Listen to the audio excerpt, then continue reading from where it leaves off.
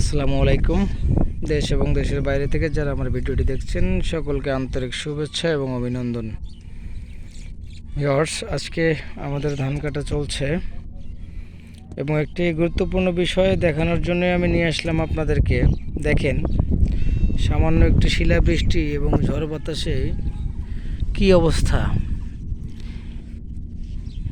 আমার মনে হচ্ছে যে জমির প্রায় 25% ধান এই শিলাবৃষ্টিতে পড়ে গেছে। পুরো জমিতে এরকমভাবে ধান ছড়িয়ে ছিটিয়ে আছে এবং এভাবেই পড়ে গেছে। শিলাবৃষ্টি আসলে ধানের জন্য কতটা ক্ষতিকর এবং সেটা আসলে যারা এগুলো কখনো দেখেন নাই বা এগুলো পর্যবেক্ষণ করে নাই তারা কখনো বুঝতে পারবে না। আমি যে ধান ক্ষেতের ভিতরটাও আপনাদের দেখানোর চেষ্টা করছি। দেখেন কি অবস্থা।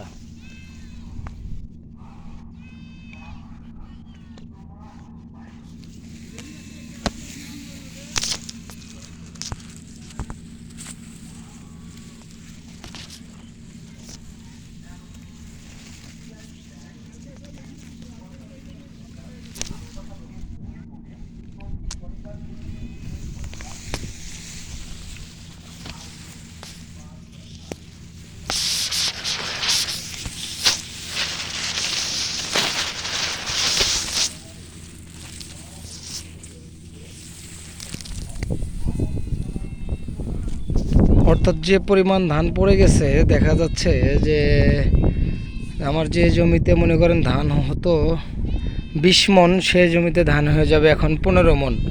অর্থাৎ বিশাল একটা গ্যাপ দাঁড়িয়ে যাচ্ছে। আসলে শিলাবৃষ্টি ধানের জন্য যে কতটা ক্ষতিকর সেটা আসলে আপনাদেরকে বোঝাতে পারছি না। আসলে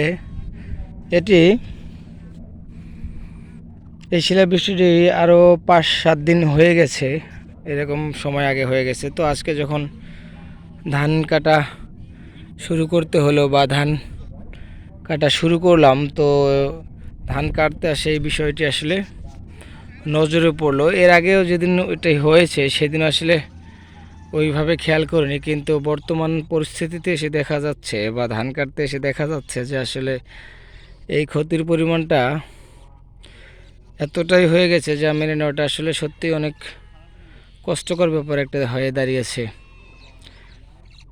এবং একজন প্রান্তিক চাষির জন্য যে এটা কত বড় ক্ষতির একটা ব্যাপার বা কত বড় ক্ষতিগ্রস্ত হলেন তিনি, শুধু আমি নই বা আমরা নই, যারা আমার এই এলাকার কৃষক আছেন তারা সকলেই আসলে এই অবস্থার সম্মুখীন হয়েছেন। দেখতেই পাচ্ছেন কি অবস্থা।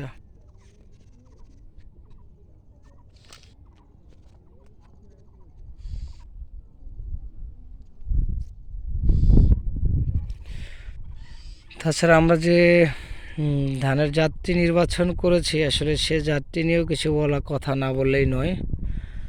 আমার কাছে মনে হচ্ছে যে এই ধানের জাতটি আসলে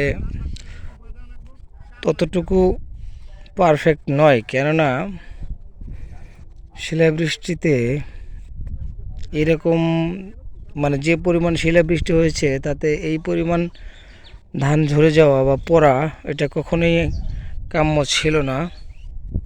তারপরেও যেহেতু পড়ে গেছে এবং যেগুলো হাইব্রিড জাতের ধান আছে সেগুলো পর্যবেক্ষণ করলে দেখা যাচ্ছে যে আসলে সেই ধানগুলো বেশি পড়েনি। বিশেষ করে চিকন যে ধানগুলো আছে, যে অর্থাৎ যে ধানগুলো খাওয়ার জন্য রোপণ করা হয়েছিল সেগুলোই বেশি পড়ে গেছে। তো যাই হোক, এই ছিল আজকের মতো। ভালো থাকবেন, সুস্থ থাকবেন, আল্লাহ হাফিজ।